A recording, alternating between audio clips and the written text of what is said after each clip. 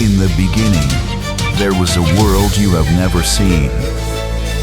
Not the world of concrete and glass. Not the world of noise and rushing.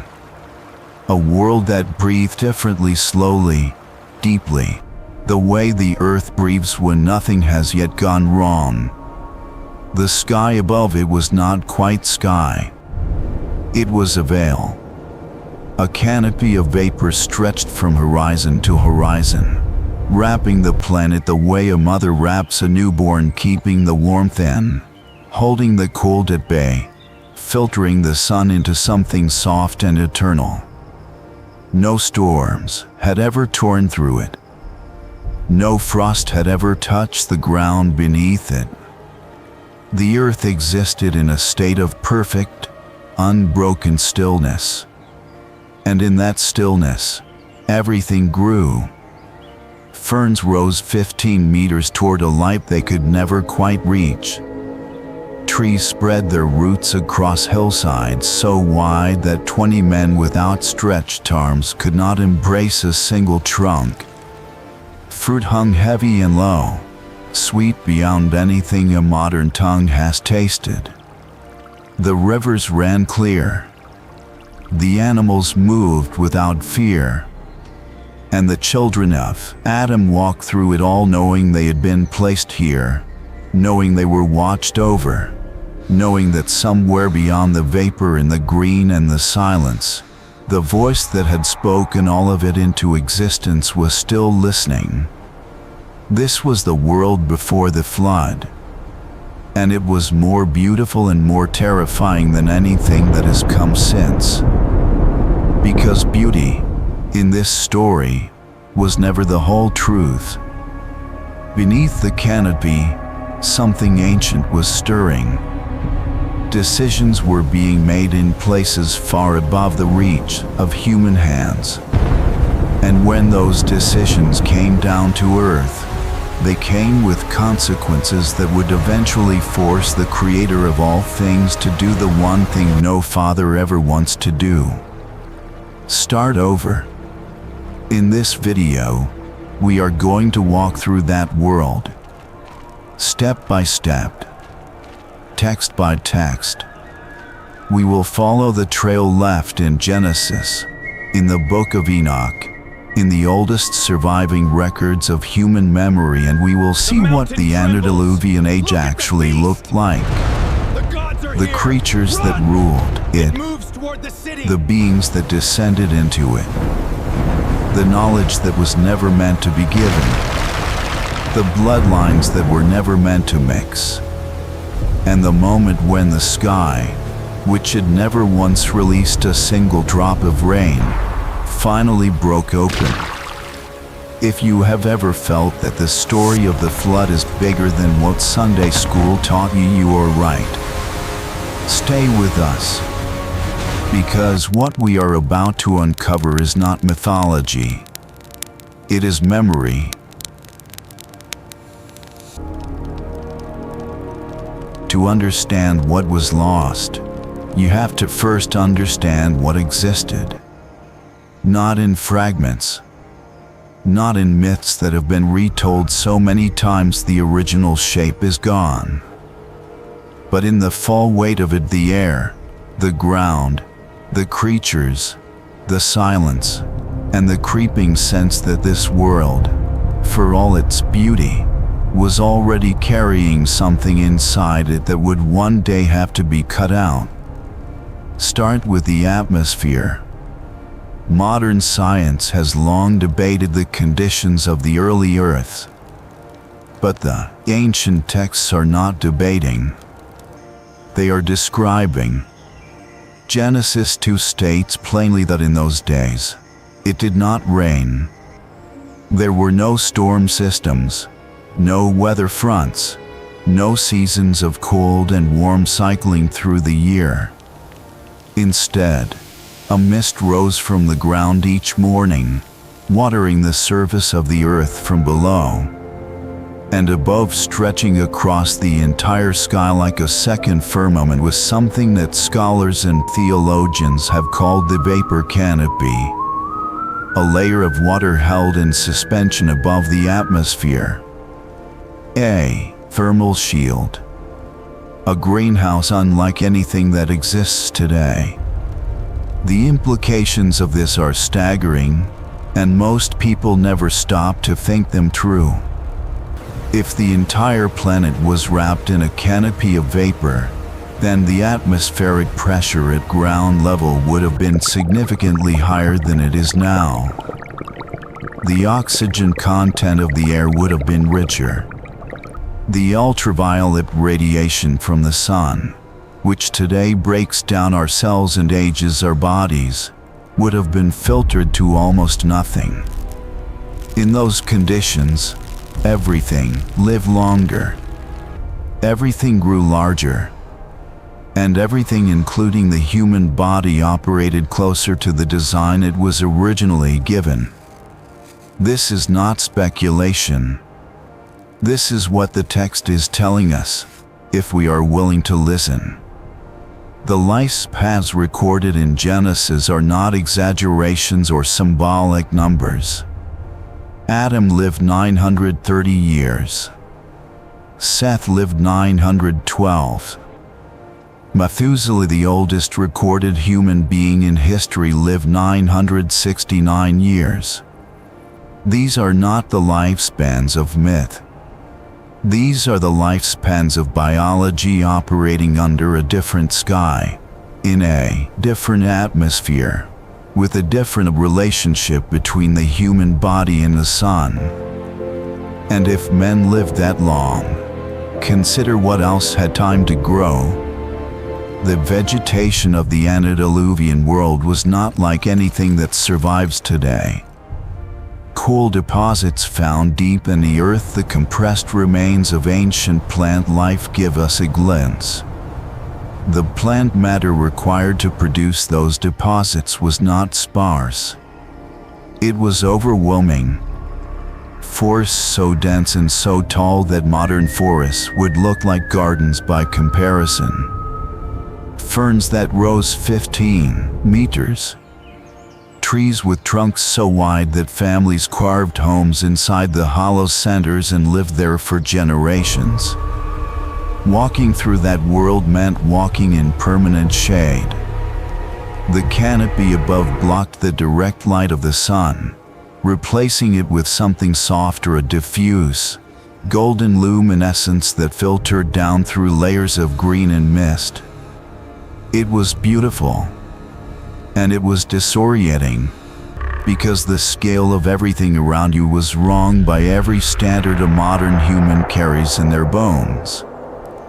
But it was not just the plants.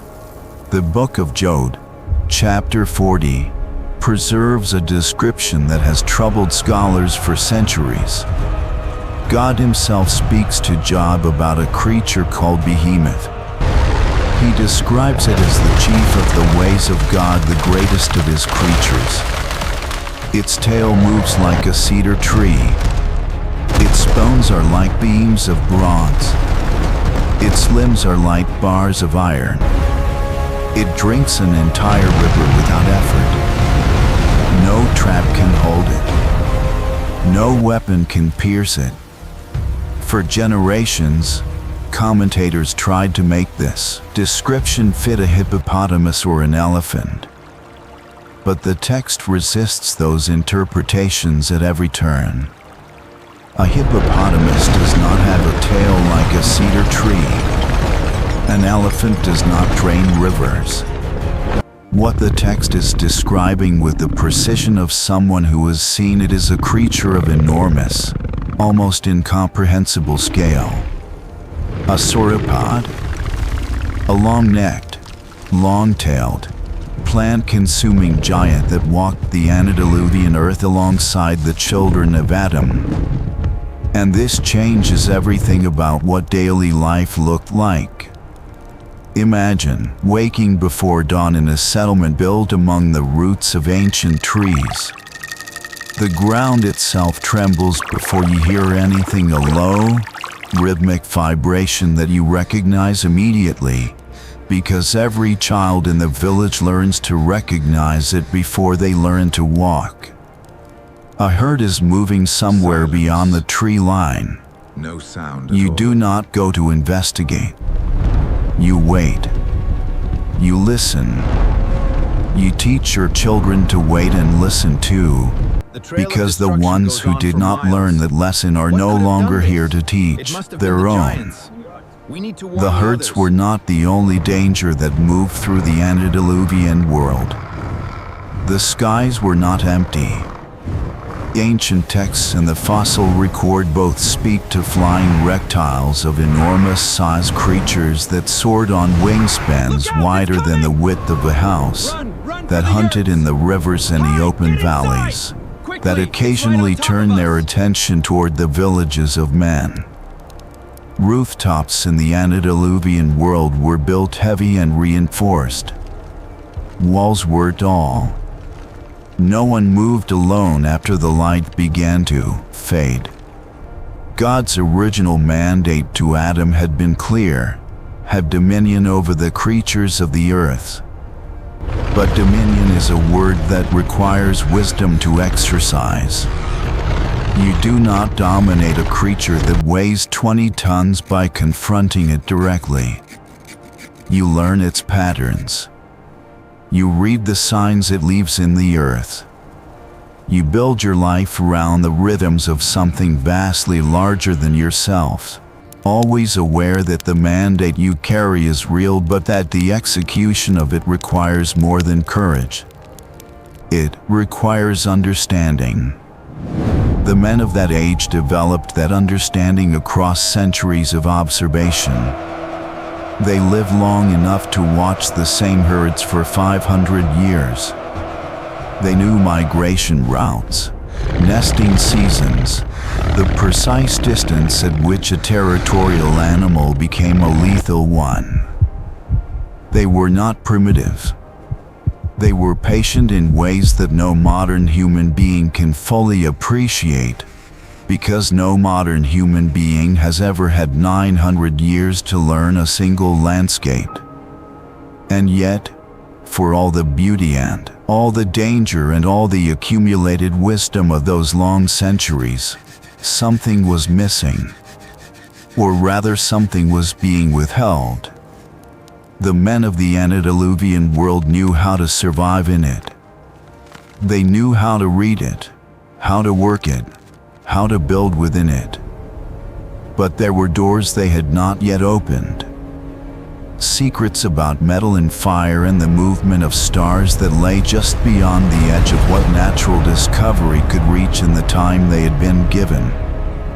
They did not know it yet, but those doors were about to be opened for them. Not by their own hands, by hands that came from somewhere else entirely. They have arrived. They did not come in secret.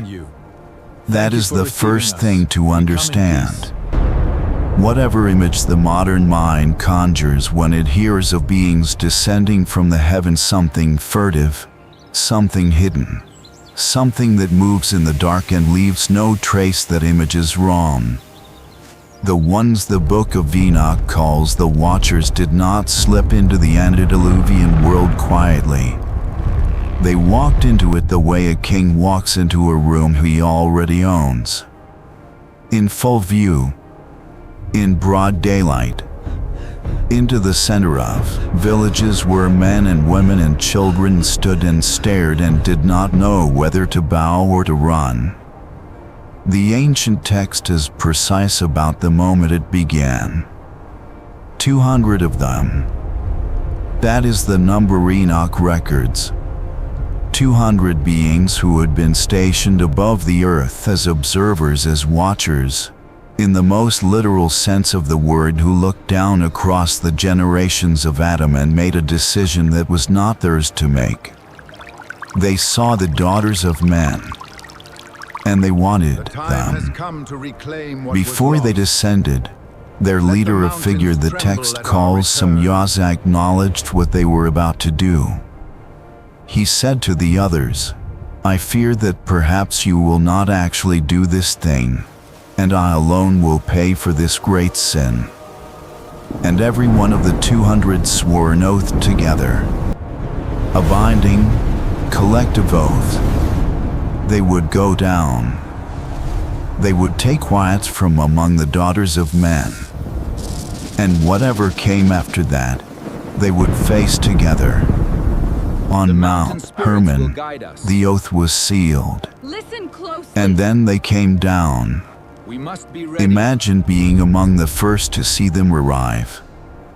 You are standing at the edge of your settlement in the long golden light of a late afternoon, and something in the distance is moving toward you that is not an animal and is not a man, or rather, is something adjacent to a man. Something that rhymes with the human form but does not quite match it. Taller. Much taller. 2.5 meters, perhaps 3. Moving with a deliberate, unhurried certainty that communicates immediately that whatever this being is, it does not experience fear. The skin is the second thing you notice. It does not sit on the body the way human skin does. It carries a faint luminescence, not bright, not blinding, but present. Like metal that has been warmed by a fire and still holds the heat in its surface. And the eyes, when they finally meet yours across the distance, catch the light in a way that human eyes do not. They spoke every language. This is recorded consistently across the ancient sources. It cannot be. They did not arrive needing translators. Impossible. They addressed elders by name, referenced family histories that no outsider could have known, demonstrated an intimacy with the details of human life that should have been impossible and was deeply, profoundly unsettling to everyone who experienced it. But they came bearing gifts.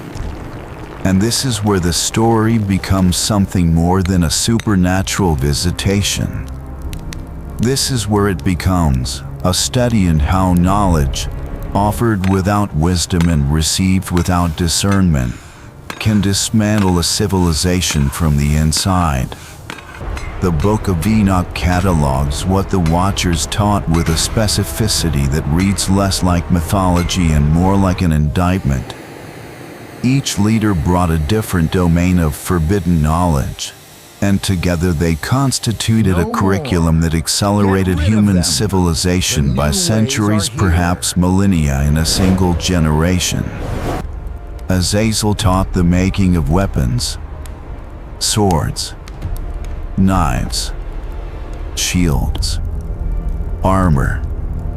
Before Azazel, conflict between men was resolved with fists and farming tools in the blunt instruments of the world that had not yet industrialized violence. After Azazel, there were blades that held an edge through battle, metal that could be hammered into shapes designed for the singular purpose of ending human life efficiently. The knowledge arrived complete and functional. There was no long period of trial and error. There was no gradual refinement across generations. There was a transfer direct, deliberate, devastating in its applications. But Azazel did not stop at weapons. The same passage that records his teaching of warfare also records something that seems, at first, almost trivial by comparison.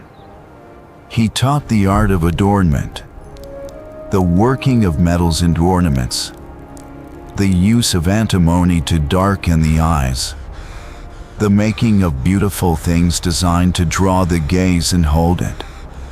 Do not dismiss this as a footnote. We believe. In the moral architecture of the antediluvian world, vanity was not a minor vice. It was a doorway.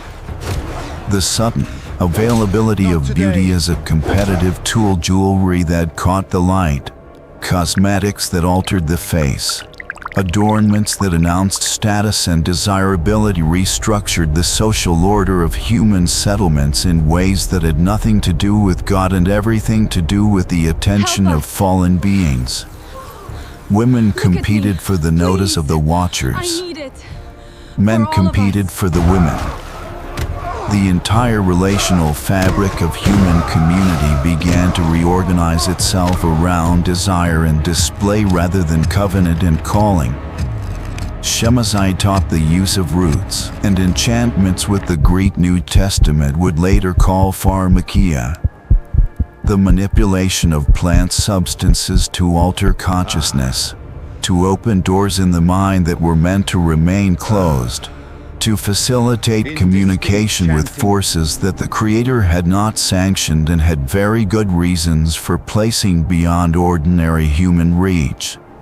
Baraqel taught astrology, the reading of the stars not as the handiwork of God, not as the markers of seasons and navigation that they were designed to be, but as authorities in their own right.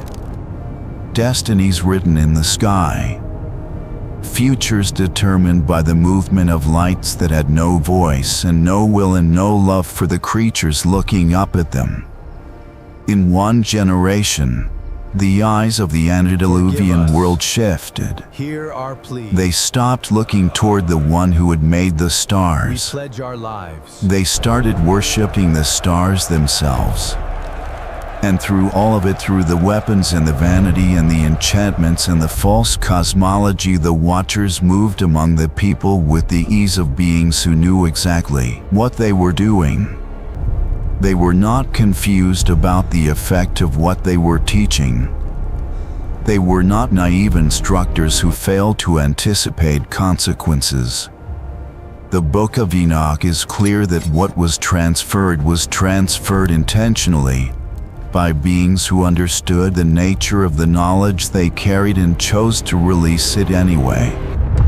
This is not a story about education. It is a story about corruption delivered in the wrapping of a gift. And here is the observation that the ancient text demands. Every generation has its watchers. Not necessarily supernatural beings descending from the sky, but forces, systems, and voices that arrive bearing knowledge and capability that outpaces the moral framework of the people receiving it. The question the antediluvian world failed to ask is the same question every civilization must eventually answer. Not, can we receive this? But, should we? They received it. All of it. Without asking. And the consequences were already growing inside the bodies of the women the watchers had chosen. Because the knowledge transfer was not the only thing the watchers had come for. They had made an oath on a mountain, and they intended to keep every part of it. What was born from that oath would stand 3 meters tall, consume everything in its path, and look at the human beings around it the way a man looks at livestock. The age of the Nephilim had begun. The midwives knew before anyone else. They knew the moment the first one came into the world because nothing about it resembled what they had spent their lives receiving. The labor was violent beyond anything they had witnessed. The movements inside the womb were not the soft, exploratory stirrings of a human child finding its position.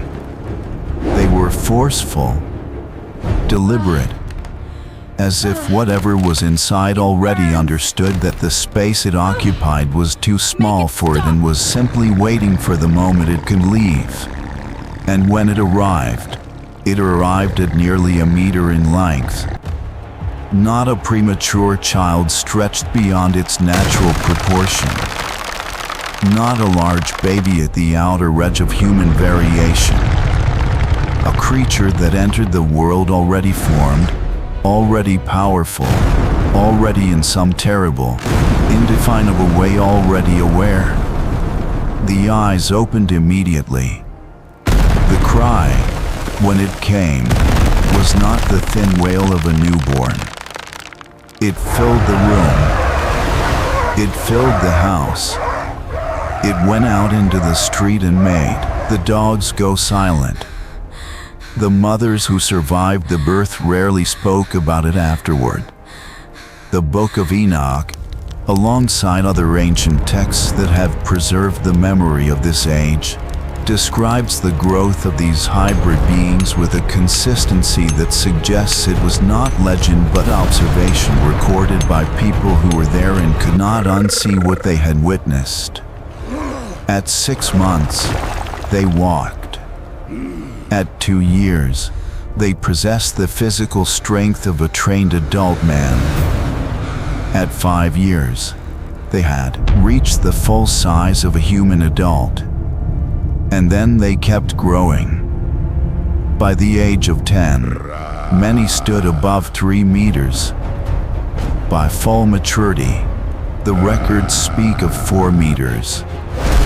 Some ancient sources reach higher than that, and while the precise upper limit may carry the weight of poetic memory, the core message is not poetic at all.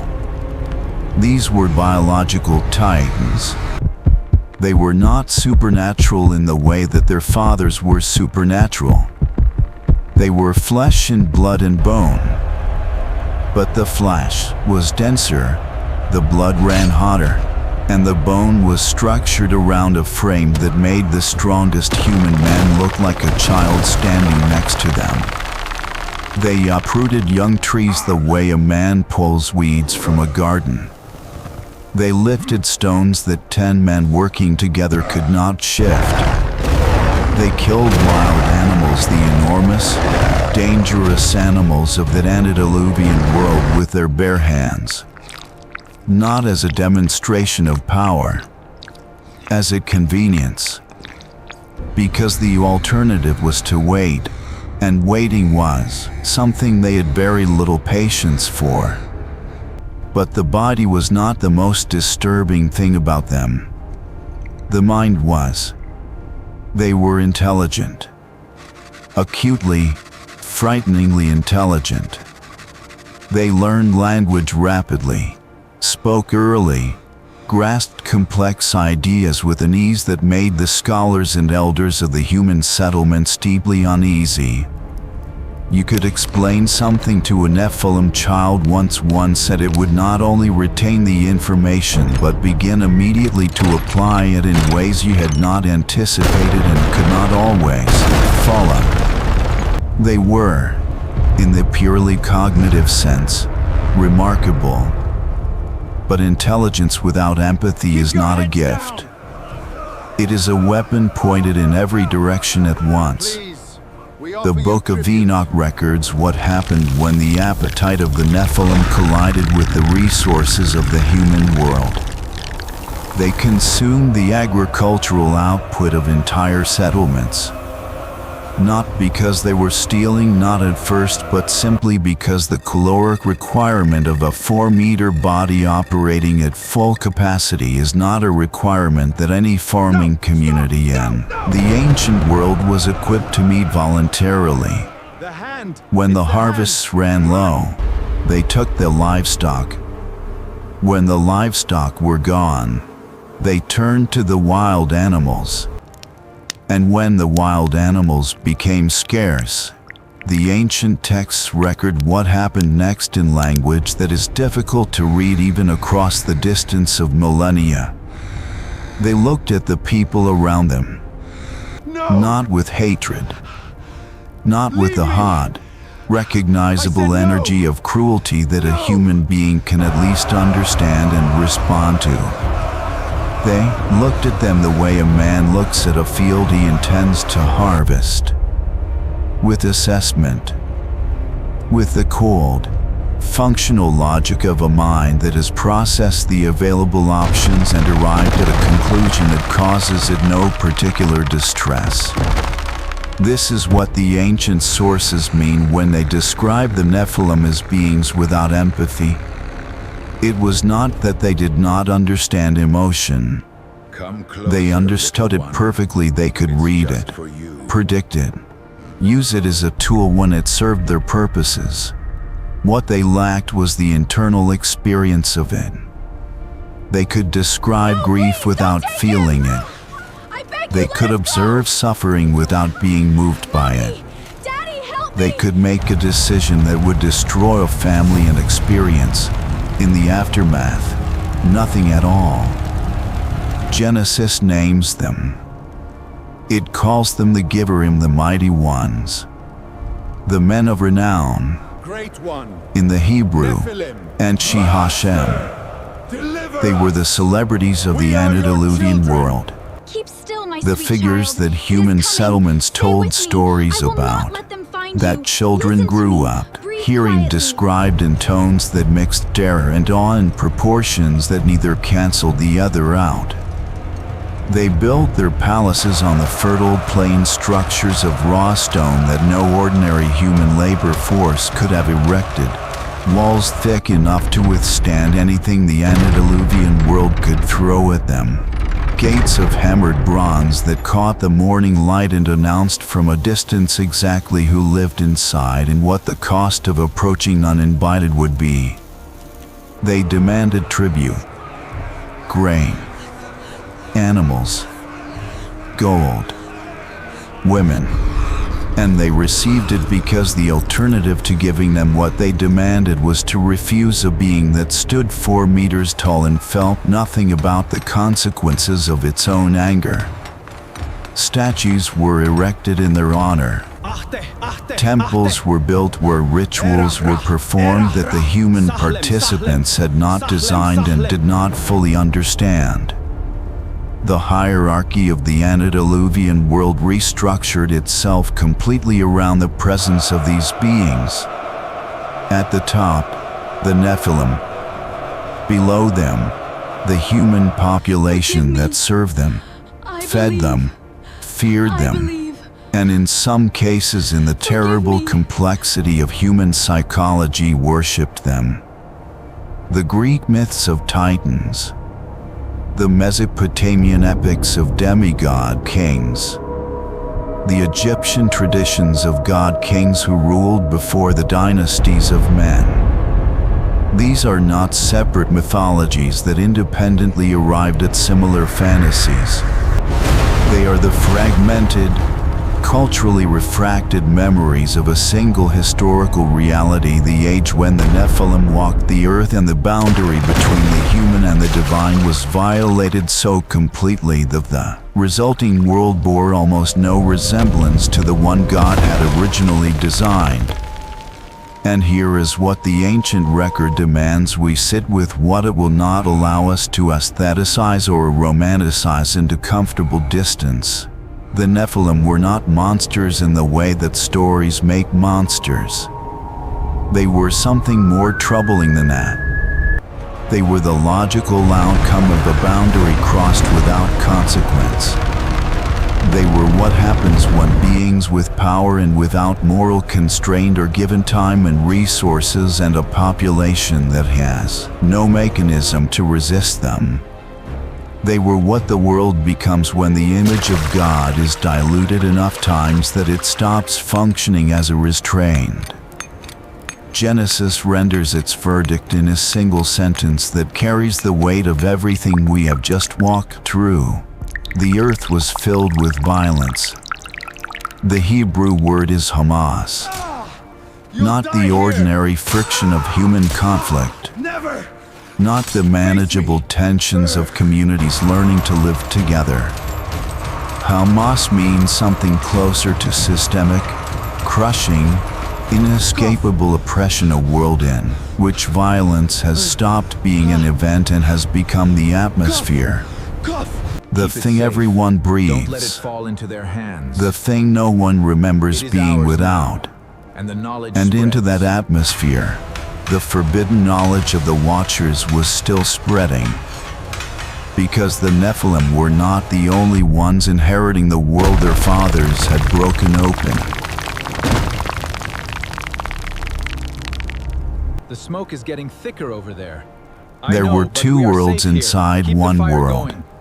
This is the detail that most retellings of the antediluvian age collapse into a single image, a uniformly dark and violent civilization sliding toward judgment. But the ancient texts do not describe a monolith.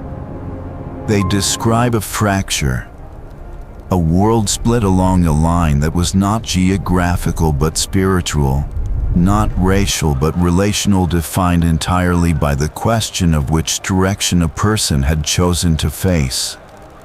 On one side of that line, the cities of Cain; on the other, the dens of Seth. Keep pushing! And between them, a distance that was shrinking.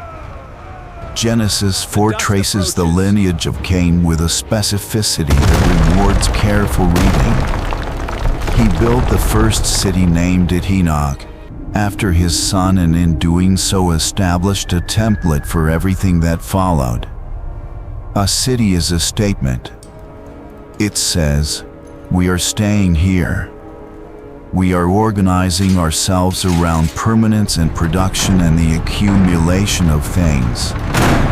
We are building walls, not to honor what is outside them, but to control what comes in.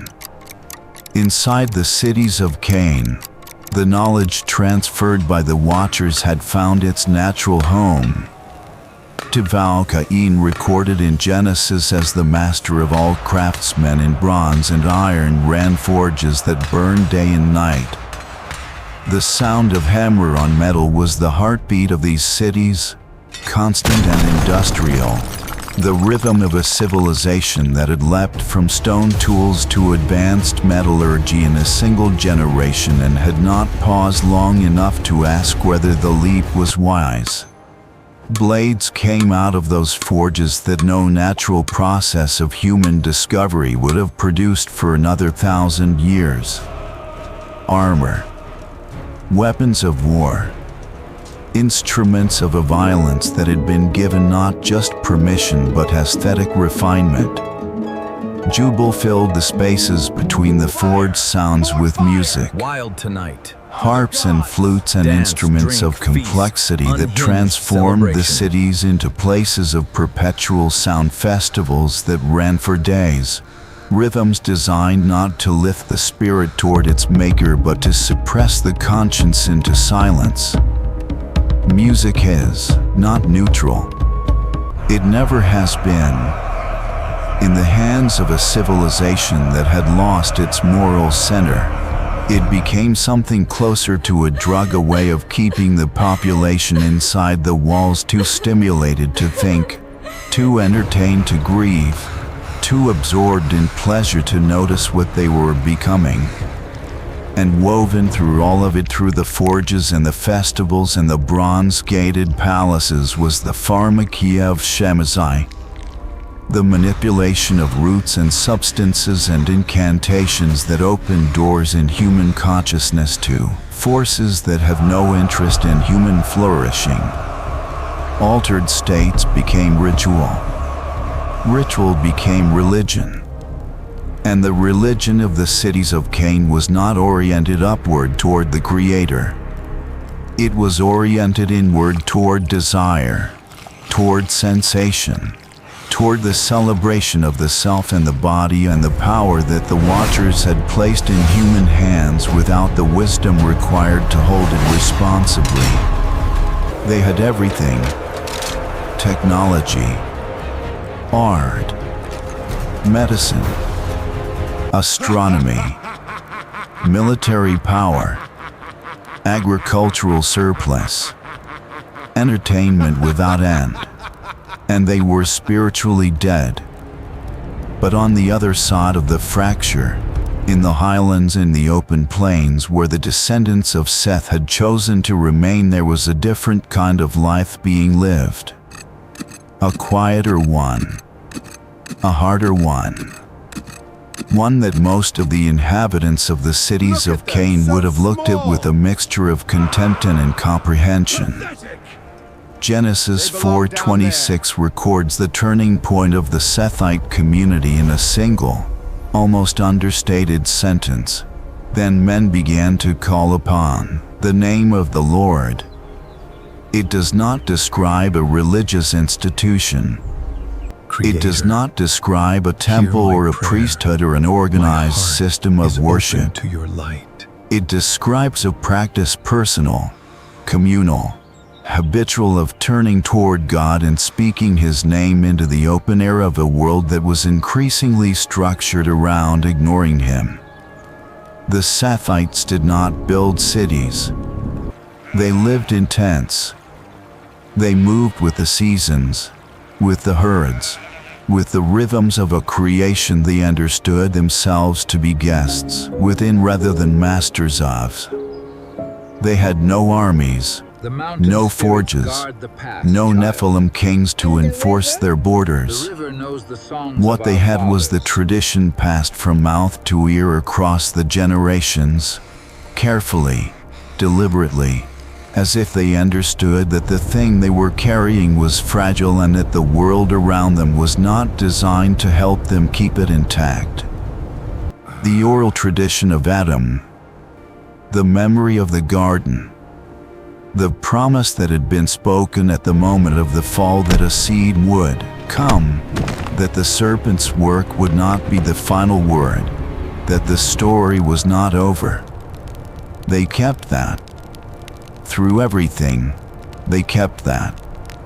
And for generations, the physical separation between the two communities held. The highlands of the Sethites and the valley cities of Cain were not just different cultures. They were different orientations of the human soul, No one kept comes apart closer. by distance and by Stay the back, all deliberate of you. choice of the Sethite elders to maintain the boundary. Do not go down. Don't you ever do that again. Do not Keep look away from at the what edge. they have built. Yes, Keeper, I will. Do not let your children stand at the edge of the valley and watch the lights of those cities and begin to wonder what it would feel like to live inside To our them. prosperity and health. But the cities May were the gods visible, favor us forever. and they were Dance, beautiful, sister. Enjoy and this the night. people inside them were not obviously suffering, or at least, they did not appear to be, from a distance. Genesis 6 describes the collapse of the separation with a painful economy of language. The sons of God saw that the daughters of men were beautiful. Most interpretations focus entirely on the supernatural dimension of this passage, the watchers, the angels, the descent of divine beings. But there is a human layer here that deserves equal attention. The men of the Sethite line came to the edge of the highlands. They looked down at the cities of Cain. They saw the women with their adorned eyes, the cosmetic art taught by Azazel, worn now by daughters of men who had been raised inside that culture and carried its aesthetic logic in their bodies and their movements. They saw the luxury, the architecture, the music rising from the valley like an invitation. And they descended. Not all at once. Not in a single dramatic moment of collective failure.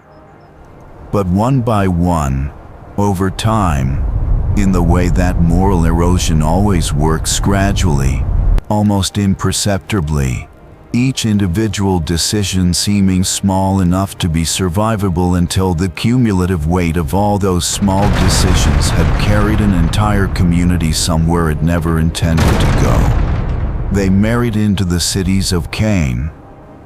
They brought their wives home where they stayed, and built homes in the valley, and raised children in the shadow of bronze gates and the sound of Jubal's harps. And the thing that had been contained, the spiritual corruption that the Sethite community had held at arm's length for generations through discipline and separation and the faithful transmission of an ancient promise, spread. The last barrier had fallen. The Book of Enoch does not describe this moment with triumph.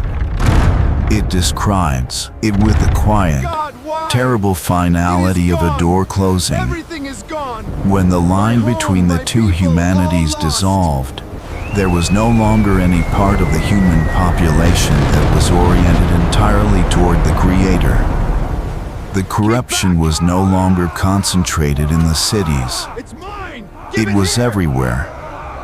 In the highlands, No more! in the tents, in the hearts of people who had grown up hearing the name of God called upon in the open air and now called upon other things instead. If you have ever stood at the edge of something you knew you should not enter and entered anyway, then you understand this moment. Not as history, as experience. The antediluvian world did not fall because it was uniquely evil. It fell because the people who were supposed to hold the line stopped holding it. That warning is not ancient. It is current. It is for every generation that finds itself looking down into a valley full of beautiful, dangerous light. But even as the last human barrier dissolved, something else was collapsing. Something biological. Something happening not in the cities or the tents, but in the forests and the fields, in the living tissue of the creation itself. Because the Nephilim had not limited their experimentation to the human population. They had turned their attention to everything that lived. And what they had made of it was an abomination that the earth itself could no longer contain.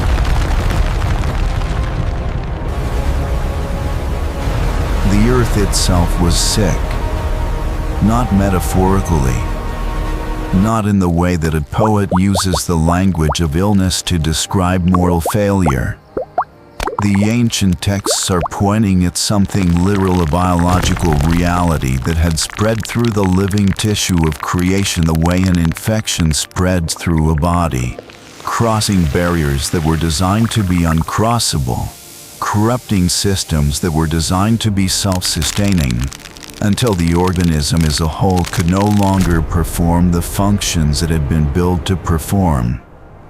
Genesis 6:12 preserves the diagnosis in a single phrase that most readers pass over without stopping. God looked upon the earth, and behold, it was corrupt. The Hebrew word is shachat. It does not mean sinful in the abstract, theological sense that modern readers instinctively reach for. It means deformed, ruined, destroyed in function.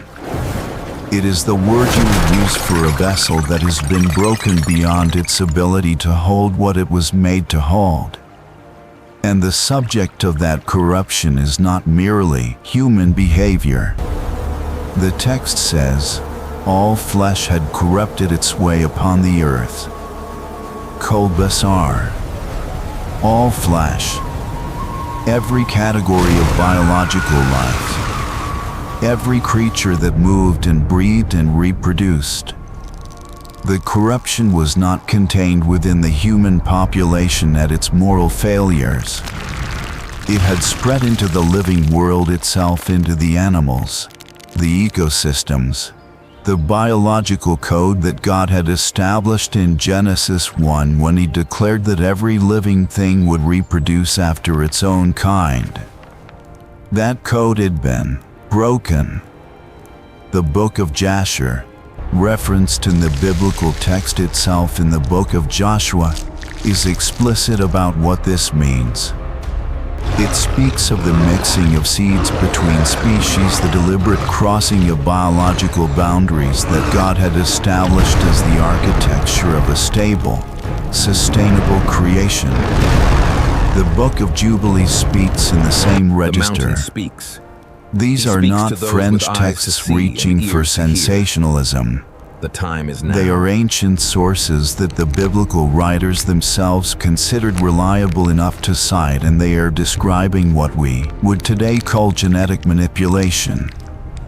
The deliberate, systematic violation of the reproductive barriers between the blade's species. Edge reveals the subdermal layer. Think about Note what the this unusual looked like density. from the Yes, inside. subject gamma's physiology The diverges Nephilim from had the baseline. intelligence to understand biology at a level that their Watcher fathers had unlocked for them.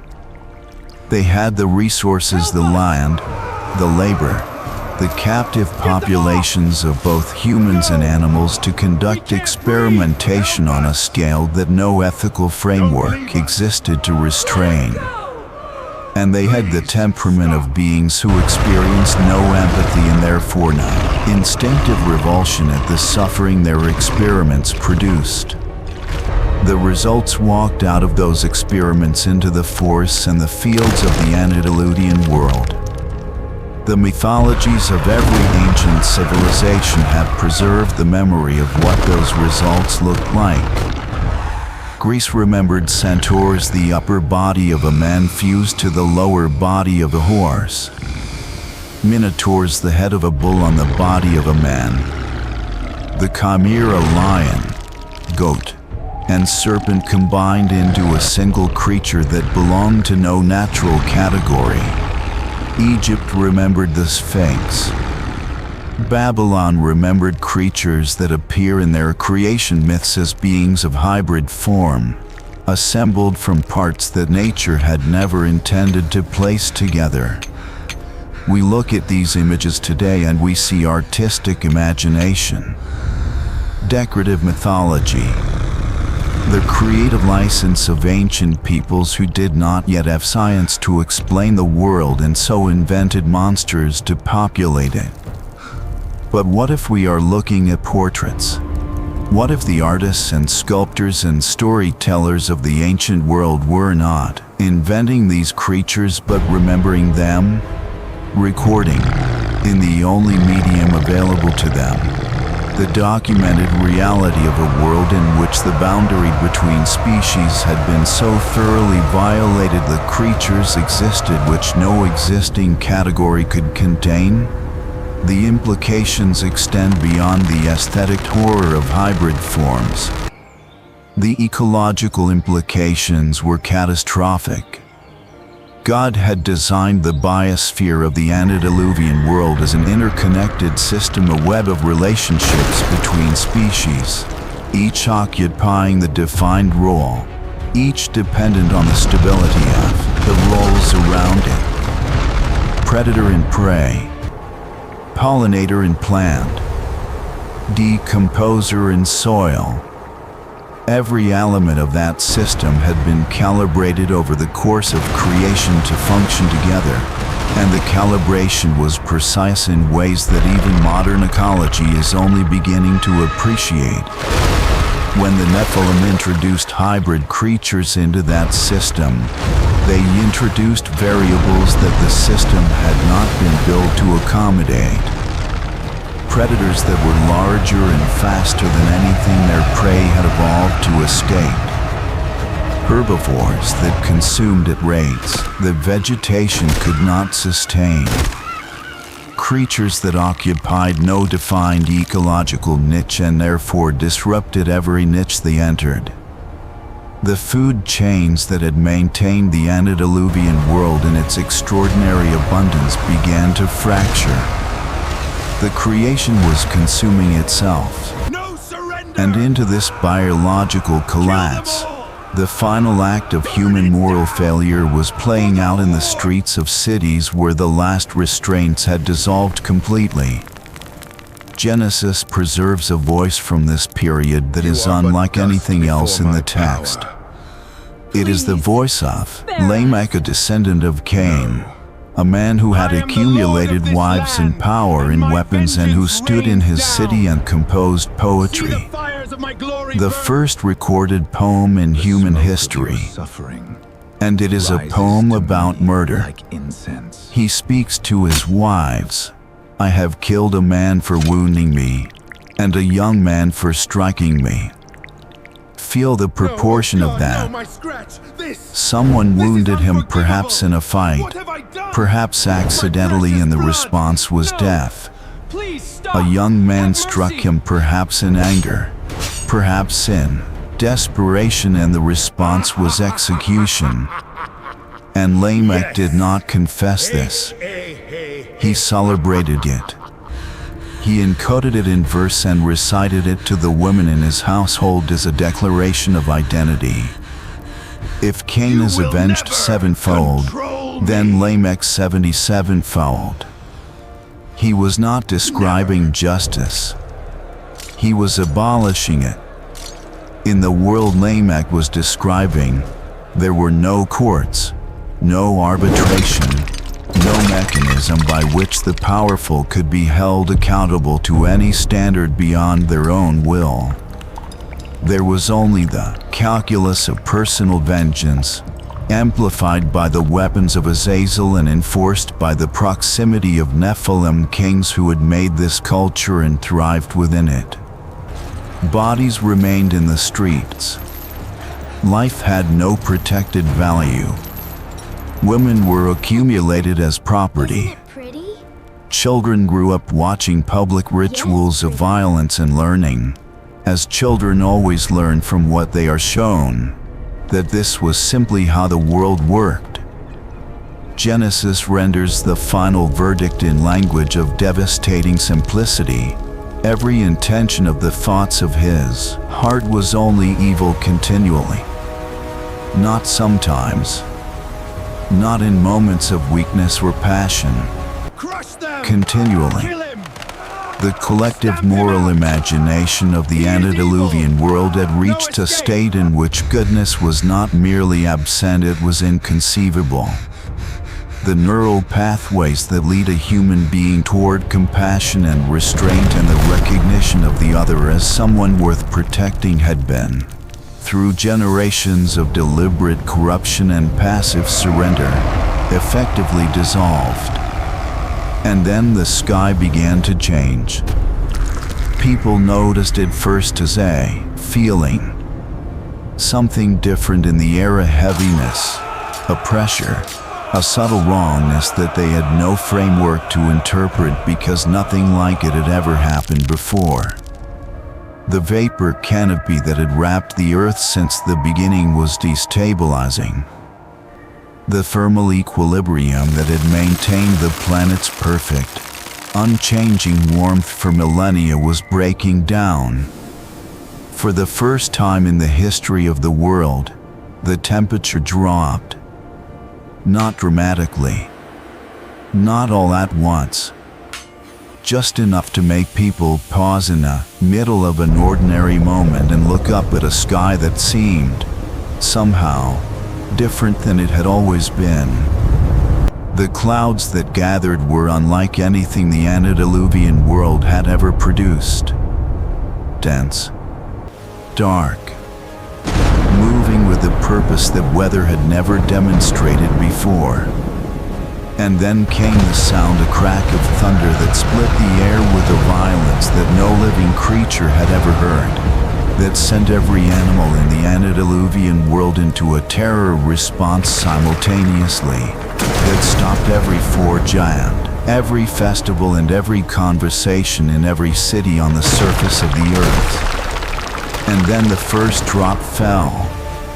Genesis describes what followed with the precision of a witness account.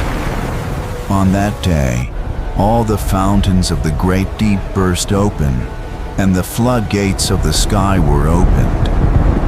It was not rain in the way that any subsequent generation has experienced rain.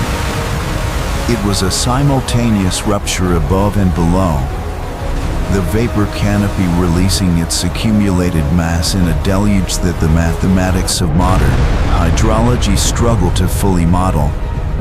And from beneath the surface, the tectonic systems of the earth responding to forces that split the crust and sent superheated water jetting from the ground in geysers that merged with the falling water from above into a wall of destruction that moved across the antediluvian world faster than anything in it could outrun. The cities of Cain, built for permanence, walled against every threat their architects had imagined, filled from below. The walls that had kept enemies out now kept the water in, transforming the most advanced urban centers of the ancient world into sealed chambers that the rising flood filled completely within hours. The palaces of the Nephilim, built with the engineering knowledge of the Watchers, designed to last forever, became the first things to disappear beneath the surface. The hybrid creatures in the forests had nowhere to go. The corrupted biosphere, already collapsing under its own unsustainable weight, was erased. The genetic experiments of the Nephilim, the pharmakeia of the cities, the forges of Cain, the harps of Jubal, the temples where things were worshipped that had no right to be worshipped. All of it gone, buried under kilometers of sediment that compressed and hardened into the geological record that modern science reads as ancient history without always recognizing what it is reading. And in the middle of all of it, one structure floated. A rectangular box of gopher wood, sealed with pitch, built by a man who had spent decades being laughed at by everyone who passed his construction, sighed and asked what he thought he was doing. Noah did not have the engineering sophistication of the cities of Cain. He did not have the metallurgy of Cain or the astronomical knowledge of Baraqel. No speech. What he had was a word from God, the willingness to obey it in full view of a world that considered obedience to God the most embarrassing possible way to spend a life, and enough years left to finish what he had been asked to build. The door closed. Not Noah's hand. Not a mechanism. The text says God closed it. The last act of grace in the antediluvian world, sealing inside the ark the one thread of biological and spiritual continuity that would carry the human story forward, was performed by the one who had designed that story and had not, despite everything, abandoned it. The silence that followed the flood was total. A world that had been filled, for centuries, with the sound of forges and festivals and violence and the voices of beings that should never have come down from wherever they came from. That world was gone, replaced by water, and then, slowly, by the first quiet of a new beginning. The most advanced, most violent, most genetically corrupted civilization in human history had been erased so completely that the generations that came after it remembered it only in fragments, in flood myths that appear in every culture on Earth, in stories of giants and fallen gods and a time before time when the world was different, in the instinctive human sense that something happened long before memory that changed everything. They were not myths. They were memories. And the question they leave for every generation that inherits the world that came after the flood is not academic. God commands. It is personal. Drive It is in. the same question He Noah commands. answered with his life, Obey. not in a single dramatic moment of decision, but in the daily, unglamorous, often lonely work of remaining oriented toward God in a world that had organized itself entirely around looking the other way. That question is still open. It is still being answered by every person, in every generation, who stands at the edge of a valley full of beautiful and dangerous light and decides which direction to walk. The flood did not end the story. It reset it. Noah stepped off the ark onto ground that was wet and new and silent in a way that the antediluvian world had never been silent, because the antediluvian world had never known a moment without the noise of what it had built and what it had become. This silence was different. It was the silence of a canvas that had been wiped clean. The silence of a beginning. But the memory remained. Every civilization that rose from the waters of that reset carried fragments of what had come before, encoded in mythology, in architecture, in the instinctive human fear of things that are too large, too powerful, and too indifferent to human suffering to be safe. The flood myths of Mesopotamia, the Titan wars of Greece, the god-kings of Egypt who ruled before the dynasties of men, the giants of Canaan that terrified the spies of Israel centuries later. These are not coincidences of human imagination. They are the scattered pieces of a single broken memory, distributed across every culture that descended from the 8 people who survived on a wooden box while the world they had known disappeared beneath them. Goliath, standing nearly 3 meters tall in the Valley of Elah, was not an anomaly. He was an echo, a remnant of a genetic legacy that the flood had reduced but not entirely erased, a shadow of what the Nephilim had been in their fall, catastrophic height, appearing centuries later as a reminder that the consequences of certain decisions do not dissolve cleanly with the water that was meant to wash them away. And the technology, the knowledge that the Watchers had transferred in that single, devastating generation, it did not simply vanish. Just disappear. It went underground. It fragmented and scattered and reappeared in the post-flood world in pieces, in places, in the hands of people who had inherited the capacity without always inheriting the context. The metallurgy that should not have existed.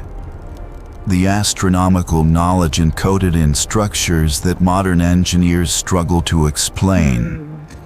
The medical and botanical understanding preserved in traditions that predate every civilization we have formally documented. The antediluvian world left fingerprints everywhere. We just stopped being taught to recognize them. But here is what the full arc of this story demands: that we carry forward the thing that is easy to miss when we focus on the giants and the fallen beings and the biological horror in the technological acceleration and the flood itself. The center of this entire narrative is not the Nephilim. It is not the Watchers. It is not even Noah, remarkable as his faithfulness was. The center is a door that God himself closed, on a boat that no one believed in, around a family that the world had spent generations laughing at for their refusal to descend into the valley and participate in everything the valley offered. Let us in!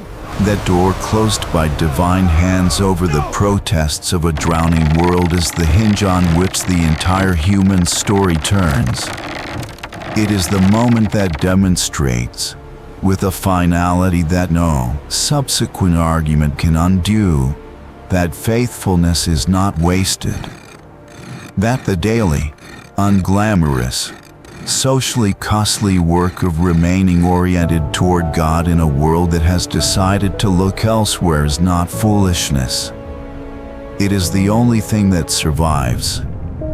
The antediluvian world had everything. Technology beyond its moral capacity to steward. Lifespans beyond anything we can imagine. Beauty and abundance and the direct, physical presence of supernatural beings walking in its streets. And it lost everything not because God abandoned it, but because it abandoned the one relationship that made everything else coherent. Noah had a boat, and the Word of God, and he held on to both of them while the world laughed. When the water receded, he was still there. That is the lesson the antediluvian world paid the highest possible price to teach. And it is a lesson that every generation since has had the choice to learn either from the text or from experience. The wisest among us learn it from the text. If this video opens something in you, a question, a hunger to go deeper into what the ancient world was really like, then do not stop here. The story of how Noah actually built that ark, what it looked like from the inside, and how it functioned to preserve every form of life through 40 days of global catastrophe. That story is waiting for you in the next video. Click now, because what you find there will change the way you read Genesis forever.